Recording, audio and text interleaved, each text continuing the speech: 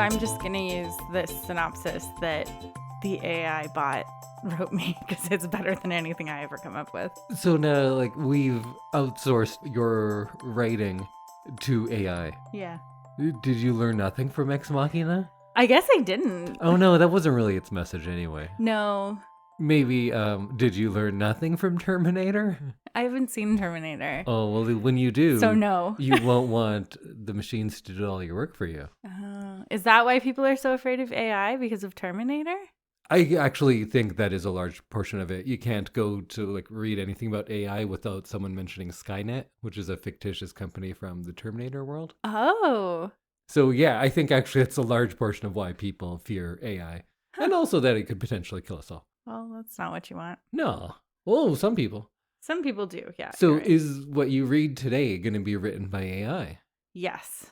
See, I did the thing because I was showing you how to. Mhm. Oh, and in case you're wondering, welcome to I Love This, You Should Too. We're still on last week, apparently. Yeah.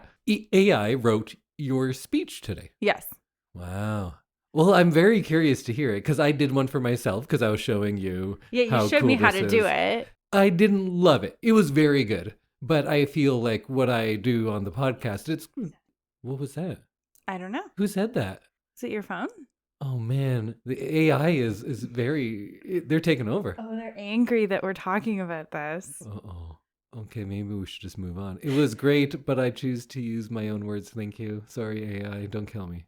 Do we need to even introduce ourselves, or we're just gonna go? I'm Sam.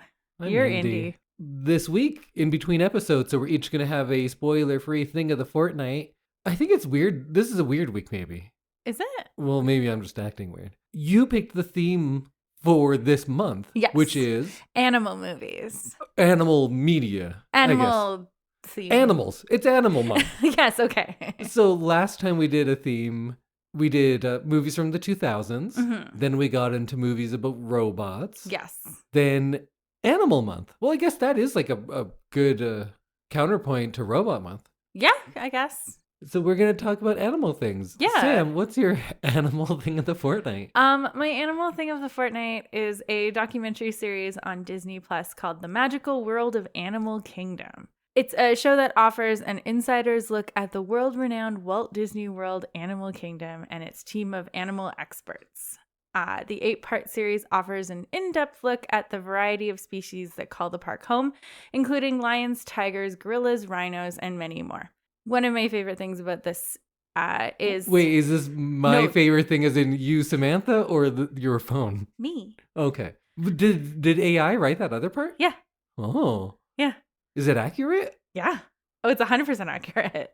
Damn. It's crazy.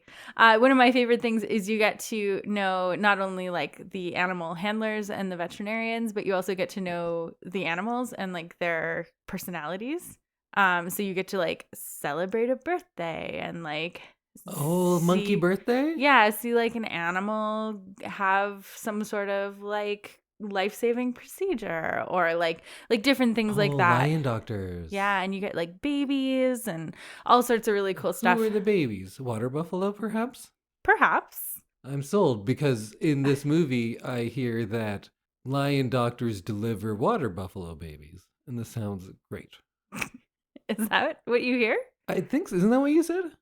No, Maybe it was mixed up the other way. I think so. So water buffalo deliver lion babies. No, they're not related. There's like veterinarians who are in charge of the lions, and then there are veterinarians who are in charge of other animals. Gotcha. Humans. Human veterinarians, yes. Okay. Not animals. This is a like documentary, not a movie about animal doctors. Okay. Yeah. So I remember, what's this thing called? The Magic Kingdom, World of Disney. Oh man, this is a rough one. Magic of Disney's Animal Kingdom. So is this something that used to run at like Sundays at 5 p.m.? Maybe a version of it. The one that's on Disney Plus came out in 2020. Okay, I wonder if it's kind of a reimagining of something from our Yeah. childhoods. Or is it one story going through, or is everything a standalone? Everything's kind of a standalone. So you get to meet like a brand new baby manta ray, and you get to meet a baby pig manta. named Mentari, and What's that pig all about? I I don't know. He's having a piglet. She's having a piglet. Oh, and a human will deliver it. Yes. Interesting. Yeah. And you get to go through and you meet Gino, a gorilla who celebrates his 40th birthday. And like, you get all sorts of cool stuff. So are you okay? I'm trying not to laugh into the microphone. I was thinking how unfortunate it is that humans are the only species to deliver the babies of any other species. And then I was imagining humorous combinations of that. What animal would you like to deliver your baby? A team of kittens? Oh, that'd be so cute. And they'd have little scrubs on? Yeah. A little puppy in scrubs. Oh, yeah. Yeah, that's probably it. Yeah, I think so. Although I do think people have babies with dolphins. Not like the dolphin's the father, but rather in a dolphin tank. That's a thing that people do. Is it? Yeah, it is. I don't believe it's a good idea, but I believe that is something that people do. Oh, I knew about like water births where you give birth in like an inflatable pool. Why not throw some dolphin in there? That seems Dolphins? dangerous Dolphins. and gross. Yeah, I would agree. There's a lot of people that believe dolphins have some sort of mystical ability. You know, people who do dolphin airbrush art. Oh, yeah. Right? Like those t-shirts that you'd get on vacation. Yeah, so if the general aesthetic of that shirt were a personality, those types of people would like to have babies with dolphins. That's scary and gross. Yeah, probably. Yeah. I believe this is true and not something I just saw in a movie. And I'm very sorry that I've completely derailed our talk on your show. That's okay. I said it was going to be an episode like that, and here we are. Yeah. So one thing I find really cool is that I've been to Animal Kingdom, and the animals are part of the park. And so it's like a zoo / theme park. And so you get to see a lot of really cool animals in these incredible Disney level detailed habitats, which are very cool. Oh, I'm not familiar with this. Is this in Orlando? Yes.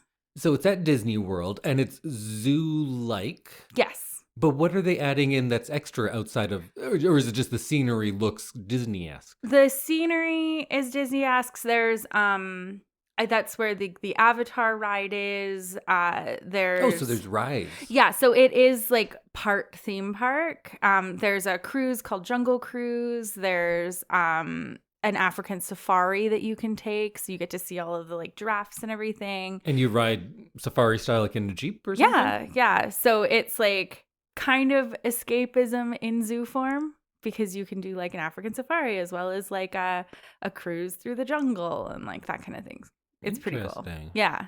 And so all these animals obviously need lots of handlers, and there's a lot of behind the scenes stuff, I'm sure, that goes into keeping all these animals on site. So this documentary kind of goes into what happens behind the scenes, because you don't see a lot of it. What happens behind the scenes? Do they make the animals fight each other? No, they're all treated very humanely and loved.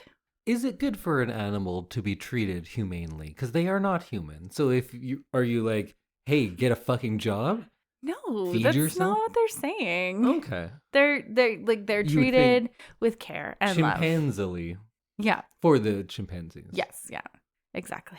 For whatever reason, when it's animals, I become distracted and want to ask a lot of questions. Usually my first question always is like, what's that animal's name? Because I like to know that. Yeah. But what was your favorite animal that you saw at Animal Kingdom? So I didn't get to go on the safari ride because I had a student with me on the trip who was sick, so we had to go back to the hotel, and she had a nap, and so we missed the safari part. But apparently it was incredible, and you got to see giraffes, and that was everyone's favorite thing, was seeing the giraffes. So what was your favorite animal that you saw? In the show, I definitely think Gino the gorilla. What makes Gino so charming? Well, he turned 39. Oh. Yeah. Huh. Yeah. And so he got a birthday party. Did you like that so much because you feel you also live with a 39-year-old gorilla?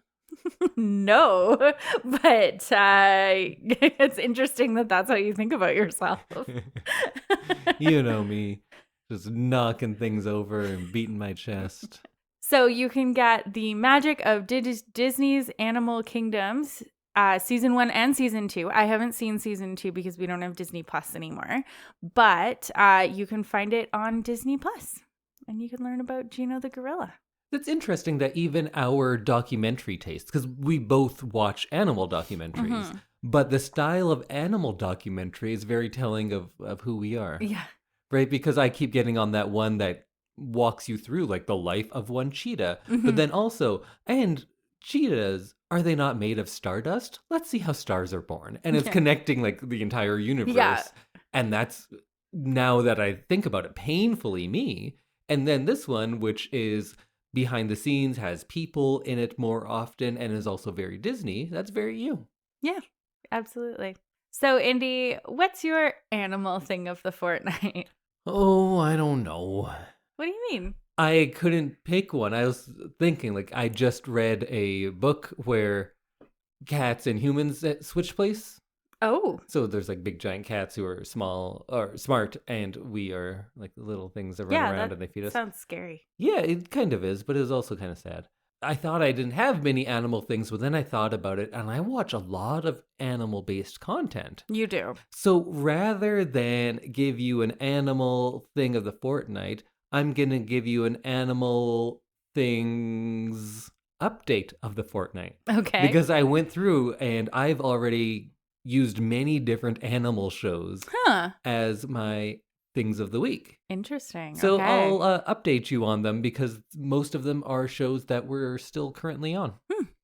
So back on episode 156, I talked about Aggretsuko, which is a Netflix show that is a cartoon. The main character is a red panda, and it's of the Hello Kitty world. It's that style. Oh, okay. But it does not feel like any of that because she is dealing with a lot of issues of inadequacy because she's not fulfilled in her job and is single and her mom is disappointed in her. It's about that kind of stuff. And I thought it was brilliant when I last talked about it because I loved that kind of dissonance maybe. Also just the topics that this movie felt able to go for, because if you're doing something kind of mundane, like just dwelling on someone's loneliness, that's not an easy show to make. But when everything is cute and animated, maybe it's easier because of that. But either way, it deals with stuff like that, which I really enjoyed. But I feel like lately I don't like it as much. We are up to season 5 now. Season 5 just came out last week, I believe. And seasons 4 and 5 are maybe not as enjoyable to me because earlier on it gets into bigger things, like now she's a pop star for some reason, but kind of, and you're like, that's not as much. Or season 5's dealing a lot with an unemployed boyfriend, and then he's staying home and playing video games, and you're like, it's a little cliche at times. Yeah, that seems like they've kind of wandered away from what made the show good at the beginning. That's what I think, but it does often bring things back into those themes I like, but I feel like those themes of like self-discovery and personal growth and kind of the loneliness of adulthood that's not often talked about, those things are in it less. Oh. So it's still good. Go check it out. I like the earlier seasons better.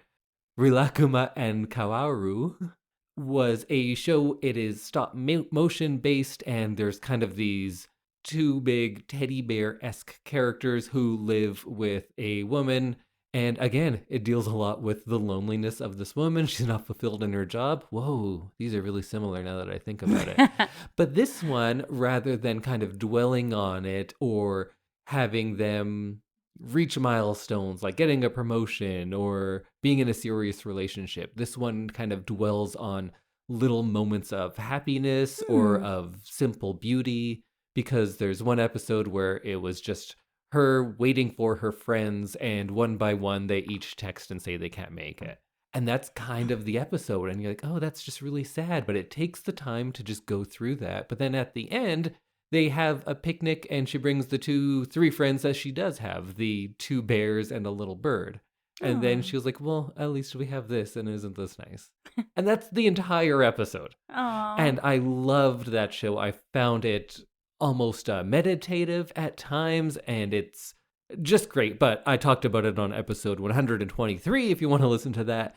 But then they had a new season. I was very excited for it, and I did not like it at all, which was very sad because this one is all about a theme park.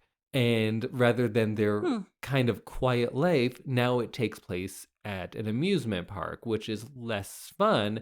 And it's kind of scary. Not scary in any real sense, but on this one, someone's like really late and then they leave their purse on the bus. Oh. That is way too much stress for what that first season was doing. That seems totally different again. It's too much. And I know you're saying like that's not a lot. That is a minor inconvenience to most people. But this show was just so still and sweet and beautiful that amount of stress really changes the dynamic, I think. That's kind of disappointing that both of those shows have kind of taken it in a different direction. Still good, though, but not... I think I might go watch the first season of Rilakuma again because it was so very good. And then I'll give you one new show. It's called Bee and Puppycat. And the animal there, of course, is Puppycat himself. Is Puppy a puppy or a cat? Oh, he's a puppycat. So both? Yes. Okay. So yes. Okay. He is a puppycat. Okay. And the premise of the show, again, it's animated. There's a character named Bee, and she is, oh no, is she in her 20s and lonely? Is this just my thing now? Huh. Well, maybe she's not lonely, though. No, she's Puppycat. Yeah, exactly. So Puppycat works for like an intergalactic temp agency, kind of. So they have a different job every episode. Oh, that's fun. Or sometimes they're just like, oh, it's our friend's birthday. Let's bake a cake. Right. It could just be that too. But sometimes they go on weird, crazy, wild adventures. And Puppycat speaks only in like robot sounds. Mm-hmm. And Bee speaks English, as do most of the characters. And it's a very interesting animation style because it looks both retro and 80s and almost like Astro Boy-like, that kind of style. But it's also futuristic. It has really nice color palettes. And then the music, too, really adds to this almost psychedelic feel to it, but a calming, retro, futuristic psychedelia. Okay, I think what this show that's has. A lot of things, but cool. Yeah, so it's a fun one too. It's more active, I guess, than the last shows I was talking about because there are these like wild adventures, but it's still largely serene, especially with the music. So go check that one out too, and that is also available on Netflix. So there you go. 3 for the price of 1. Those are all Netflix? Oh, actually, yeah, they are all on Netflix. Awesome. Yeah, Netflix, that's what they're doing well. They're doing shows about lonely people who have animal friends. Aww. Or are animal friends. I love animal friends. Me too. So this week's episode is sponsored by Animal Friends. If you need anything from a pick-me-up or someone to deliver your baby, why not have an animal friend? I initially said yes to lion doctor because I assumed you were talking about like a veterinarian who only deals with lions. I didn't think it was a lion who was a doctor. I got confused. Yeah, I guess most people when they hear the words lion doctor wouldn't assume the doctor is a lion, but the world I deal in a lot of the time, I read a lot of stories where animals are doctors. So well, that's a nice world to live in. It is. If only we could. That would make the magical world of Animal Kingdom much more interesting. Yeah. Well, I would like to see animal reboots of all the popular shows. Yeah. I want to see an all lemur Frasier. I want to see. I would watch Frasier though. A lion doctor ER. Oh, yeah. That'd be pretty good. Yeah. And they'd all just be like roaring at each other instead of fighting. Oh, but do we get subtitles? Probably, yeah. Okay. For some reason, I thought they'd speak English or whatever language they would speak. Well, should we just pitch animal reboots for the rest of the episode? No, I think we should go on to our big watch for next week. All right. Well, it's your turn. It's your theme. What is your animal big watch that we're all going to be watching and discussing next week? So we are going to be watching the 1995 film Babe. Babe the pig. Babe the pig. So I loved this movie as a child. My mom and I both love Babe. And we occasionally still talk about Babe, so I feel like it's still a big part of our lives. Have you seen Babe? Seen what, babe? Okay. What if we were people that called each other babe? But not even babe? Babe. Babe. Just like B-E-B. No thanks. Hey, babe. What's your thing of the week, babe? No, thank you. So oddly enough, I'm not sure. Okay. So I'm not sure if it was just big enough that I feel like I've seen it, even though I haven't, and I can tell you about certain scenes because maybe I've seen those scenes, or maybe I saw it in 1995 once and it's like in there somewhere, but I don't really remember it. Yeah, so I don't think I've seen this since it was on VHS. Are we going to watch a VHS copy of it? No, we're not gonna watch it on VHS, because we don't have a VHS player. Oh, we do. Do we? Oh, sure. Oh, okay. I don't want to like watch a trailer or ruin it. Okay. But I think a talking pig and all of its animal friends is the perfect movie to go with our animal things of the week. Seems like it. Yeah. What do you remember about it? I remember there's like a grumpy farmer with a heart of gold. And then I think there's a dog. Well, I think I remember the overall plot of the movie. Oh. Like, I think it's Babe wants to be a sheepdog. Yeah. And is kind of adopted in, but then they're like, hey, you're not a dog. Yeah. And that's the movie, I think. And then maybe he goes on to do like a I don't know, contest? Maybe. And James Cromwell is the farmer. Arthur Hoggett. Is that the character's name? Yeah. Okay. Yeah. I didn't know that, but I know James Cromwell because I'm pretty sure he got nominated for maybe his only Oscar for this. Oh, interesting. I wonder if it'd be for supporting actor or best actor. Because you be supporting to a pig? I think you can.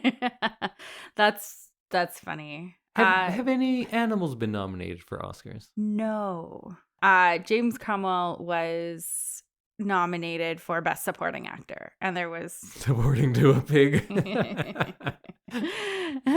That's kind of funny. Yeah, this one was nominated for 7 Academy Awards that year. So this might have been the last time I watched the Oscars because I remember it being nominated for a lot. It was nominated for Best Picture, Best Director, Best Supporting Actor, Best Adapted Screenplay, Best Art Direction, and Best Film Editing, and it won for Best Visual Effects. Holy shit. Like, that's a big number of awards. Wow. And, like, the big ones. Yeah.